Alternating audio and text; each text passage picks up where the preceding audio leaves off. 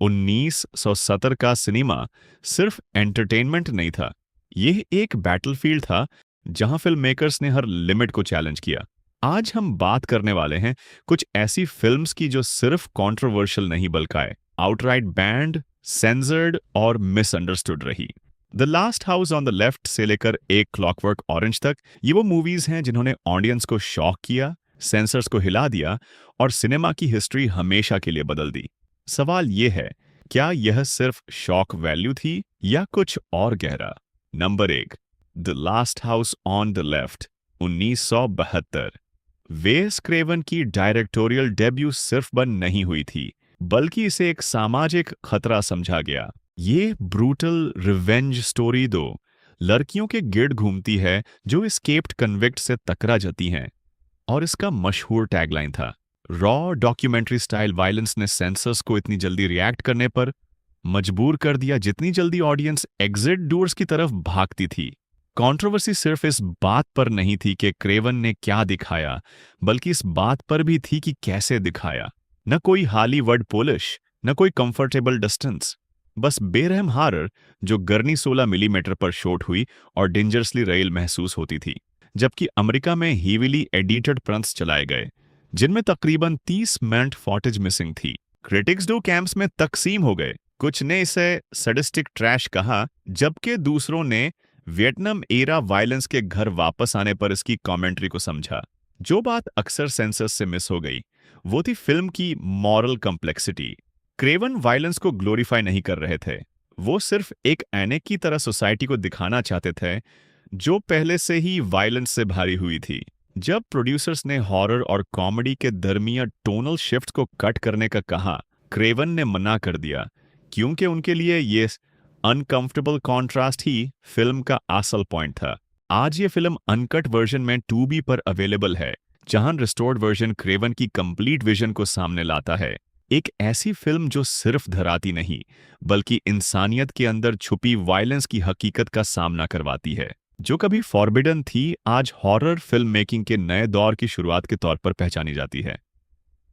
Number 2, straw dogs, 1971।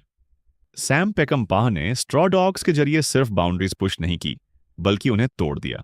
यह psychological thriller एक सीधा साधा मैथमेटिशियन की कहानी है जो अपनी जवान बीवी के साथ रूरल इंग्लैंड शिफ्ट होता है, लेकिन वहां उन्हें बढ़ती हुई हरासमेंट का सामना होता है जो आखिरकार ब्रूटल वायलेंस में बदल जाती है। लेकिन जो चीज सेंसर्स को सबसे ज्यादा डरा रही थी वो सिर्फ वायलेंस नहीं थी, बल्कि ये आइडिया था कि सिविलाइजेशन सिर्फ एक पतली सी लेयर है जो हमारे प्रिमिटिव इंस्टिंक्ट्स को छुपा रही है। ब्रिटिश सेंसर्स ने कट्स डिमांड किए, अमेरिकन डिस्ट्रीब्यूटर्स घबरा गए और कई मुल्कों ने इसे बंद कर दिया। स्वीडन ने इसे 1999 तक सर्टिफाई नहीं किया, यानी रिलीज के तकरीबन 30 साल बाद। सबसे ज्यादा डिविसिव चीज थी विक्टिम के रिएक्शंस की एम्बिग्विटी, जहां पेकिनपा ने जानबूझकर रेजिस्टेंस और पार्टिसिपेशन के दरमियान लाइन को ब्लर किया। बिहाइंड द सीन्स, पेकिनपा का स्टूडियो एग्जीक्यूटिव्स के साथ क्लैश हुआ जो एक सॉफ्टर फिल्म चाहते थे। उनका जवाब था, मैं वायलेंस और तब्दीली के बारे में कहानी सुना रहा हूं, कोई मिडनाइट मूवी नहीं बना रहा। क्रिटिक्स भी डिवाइड हो गए। इस कंट्रोवर्सी ने डस्टिन हॉफमैन का भी पीछा नहीं छोड़ा, जो सालों तक अपनी इस फिल्म में इन्वॉल्वमेंट को डिफेंड करते रहे। जो बात सेंसर्स बर्दाश्त नहीं कर पाए वो थी फिल्म का सेंट्रल मैसेज, वायलेंस हमसे दूर नहीं बल्कि हमारे अंदर ही छुपी होती है। आज स्ट्रीमिंग प्लेटफॉर्म्स पर रिस्टोर्ड सीज फिनाले पूरी इंटेंसिटी के साथ दिखाता है कि ये फिल्म इतनी कंट्रोवर्शियल क्यों बनी। आज प्राइम पर इसका कंप्लीट अनकट वर्जन अवेलेबल है, जहां पेकिनपा की मास्टरफुल टेंशन बिल्डिंग टेक्निक नजर आती है। धीरे धीरे डिस्टर्ब करने वाले एनकाउंटर्स से लेकर एक ऐसे होम इन्वेजन सीक्वेंस तक जो आज भी व्यूअर्स को हिलाकर रख देता है। नंबर 3, दी एक्सॉर्सिस्ट, 1973।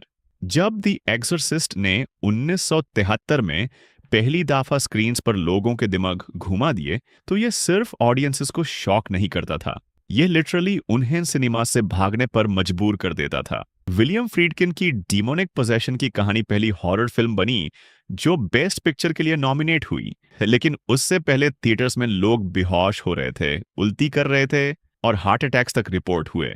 कुछ शहरों में स्क्रीनिंग्स के बाहर एम्बुलेंसेस तक खड़ी की गई। और यह सिर्फ मार्केटिंग हाइप नहीं था, बल्कि अमेरिका भर में रियल मेडिकल इमरजेंसीज डॉक्यूमेंट हुई थी।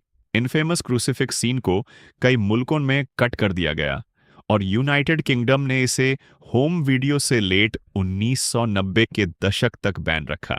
इटली और स्पेन में रिलीजियस ऑर्गेनाइजेशंस ने इस फिल्म के खिलाफ प्रोटेस्ट्स किए। एलन बर्स्टन को फिल्मिंग के दौरान परमानेंट स्पिनल इंजरी हुई और सेट पर मिस्टीरियस आग लग गई जिसने सब कुछ जला दिया सिवाय उस बेडरूम के जहां एग्जॉर्सिज्म सीन्स शूट हो रहे थे।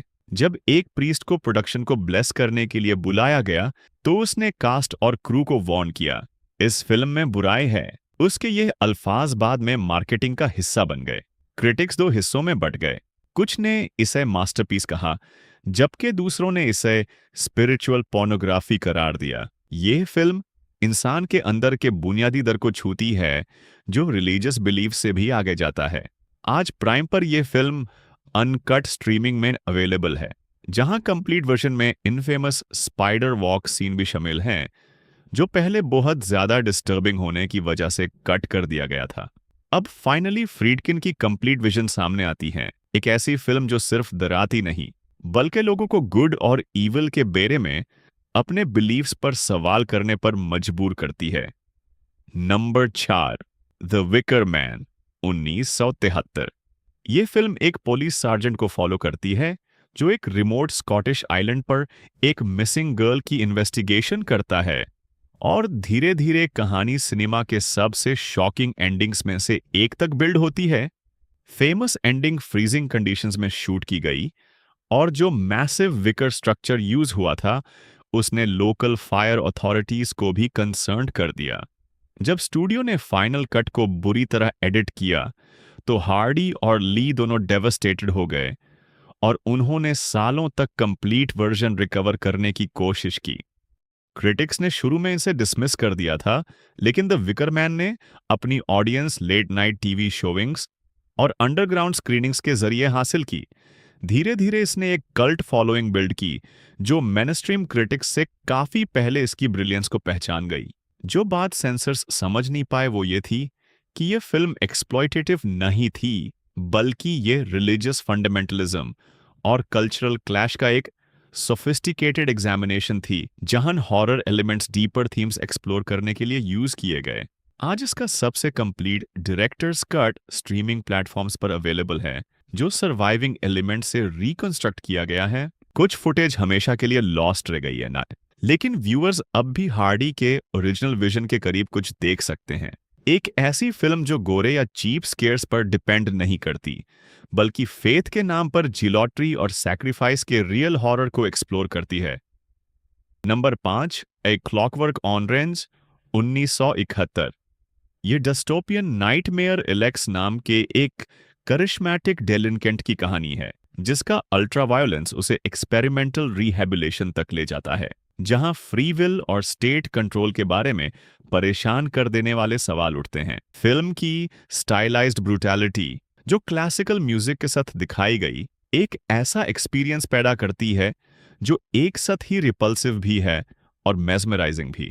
रिलीज के वक्त इसे एक्स रेटिंग्स, हेवी कट्स और आयरलैंड, सिंगापुर और साउथ अफ्रीका जैसे मुल्कों में सीधे बंस का सामना करना पड़ा। सबसे ज्यादा कंट्रोवर्शियल बात यह थी कि कुब्रिक ने ऑडियंस को खुद कंप्लिसिट बना दिया। डेथ थ्रेट्स मिलने और फिल्म से इंस्पायर होने वाले क्राइम्स की रिपोर्ट्स के बाद उन्होंने वार्नर ब्रदर्स से रिक्वेस्ट की कि यूके में इसे दिखाना बैंड कर दिया जाए, यह बताते हुए कि इनफेमस आई ओपनिंग सीन ने उनकी आंखों पर हकीकी कॉर्नियल स्क्रैचेस कर दिए थे। नोटोरियस असॉल्ट सीन्स को कुब्रिक की बैलेटिक वायलेंस वाली विजन हासिल करने के लिए हफ्तों की कोरियोग्राफी की जरूरत पड़ी। क्रिटिक्स शॉर्डिड तौर पर डिवाइड हो गए। कुछ ने इसे मास्टरपीस कहा जबकि दूसरों ने इसे मॉरली बैंकरप्ट करार दिया। द न्यूयॉर्क टाइम्स ने इसे आई ब्रिलियंट एंड डेंजरस वर्क कहा, जबकि कंजर्वेटिव क्रिटिक्स ने इसे इंटेलेक्चुअल पोर्नोग्राफी लेबल किया। जो बात बहुत से सेंसर्स मिस कर गए वो थी फिल्म की तीखी पॉलिटिकल सेटायर। ये वायलेंस को प्रमोट नहीं कर रही थी, बल्कि सोसाइटी की हिपोक्रेसी को एक्सपोज कर रही थी। आज ये फिल्म टूबी पर अनकट स्ट्रीमिंग में अवेलेबल है, जहां व्यूअर्स कुब्रिक की कंप्लीट विजन का तजुर्बा कर सकते हैं, इंक्लूडिंग वो सीन्स जो अक्सर थिएट्रिकल रिलीजेस से कट कर दिए गए थे। ये रेस्टोरेशन एक ऐसी फिल्म को सामने लाती है जो सिर्फ शॉक नहीं करती, बल्कि मोरालिटी, फ्री विल और ईविल की असल फितरात के बारे में अनकंफर्टेबल सवालत उठाती है। Number 6, the Devils, 1971। Ken Russell का रिलीजियस साइकोड्रामा सिर्फ कंट्रोवर्शियल नहीं था, इसे एक सिनेमैटिक क्राइम की तरह ट्रीट किया गया। ये हिस्टोरिकल ड्रामा एक 17th सेंचुरी प्रीस्ट की कहानी है जिसे विचक्राफ्ट और डिमोनिक पोजेशन के इल्जाम में फंसाया जाता है, और इसमें इतनी प्रोवोकेटिव इमेजरी है कि इसका ओरिजिनल कट कभी पूरी तरह रिलीज ही नहीं हुआ। स्टूडियो ने बाद में कट की गई फुटेज को लॉक कर दिया, जिससे सिनेमा की हिस्ट्री के सबसे लेजेंडरी लॉस्ट कट्स में से एक पैदा हुई। इस फिल्म को इटली और चिले में सीधा बैन कर दिया गया, जबकि ब्रिटिश सेंसर्स ने सब्सटैंशियल कट्स डिमांड किए। अमेरिका में भी हैवी एडिटिंग के बावजूद इसे एक्स रेटिंग मिली। सबसे ज्यादा controversial rape of Christ sequence था, जहां नून्स को एक सेक्सुअल फ्रेंजी में जीसस के स्टैच्यू के साथ दिखाया गया। फिल्म की मेकिंग भी उतनी ही कियोटिक थी। ऑलिवर रीड ने कहा कि सेट का माहौल पगाल खाने में शूटिंग जैसा था। वनेसा रेडग्रेव ने अपने हंचबैक्ड, सेक्सुअली ऑब्सेस्ड नन के किरदार में इतना घुसकर परफॉर्मेंस दी कि क्रू मेंबर स्टेक्स के दरमियान भी उनकी परफॉर्मेंस से जेन्युइनली डिस्टर्ब हो जाते थे। क्रिटिक्स फिर से दो कैंप्स में बट गए। कुछ ने इसे रसल का मास्टरपीस कहा, जबकि दूसरों ने इसे एक्सप्लॉयटेटिव शॉक वैल्यू कहकर डिसमिस कर दिया। जो बात बहुत से लोगों ने मिस की वो थी फिल्म की सीरियस एग्जामिनेशन के रिलीजन और पॉलिटिक्स का इंटरसेक्शन कैसे होता है। रसल ने खुद कहा, मैं चर्च पर हमला नहीं कर रहा था, मैं इंस्टीट्यूशंस की करप्शन को टारगेट कर रहा था। आज ट्यूब पर जो वर्जन स्ट्रीमिंग है वो पब्लिकली अवेलेबल सबसे कंप्लीट वर्जन है, लेकिन फिर भी कुछ सबसे कंट्रोवर्शियल सीन्स अब भी मिसिंग हैं। फिल्म हिस्टोरियंस अब तक ओरिजिनल कंप्लीट कट की तलाश में ध्यान, जिससे ये 70s की उन चांद फिल्म्स में से एक बन जाती है जो स्ट्रीमिंग एरा में भी पार्शियली सेंसर्ड है। ये इस बात का सबूत है कि ये फिल्म एस्टैब्लिशमेंट को कितनी गहरी चोट पहुंचाती थी।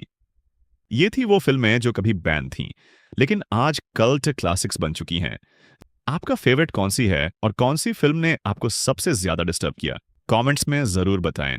अगर आपको ऐसी ही डार्क और कंट्रोवर्शियल सिनेमा स्टोरीज पसंद हैं, तो वीडियो को लाइक करें, चैनल को सब्सक्राइब करें और इसे अपने दोस्तों के साथ शेयर करना ना भूलें।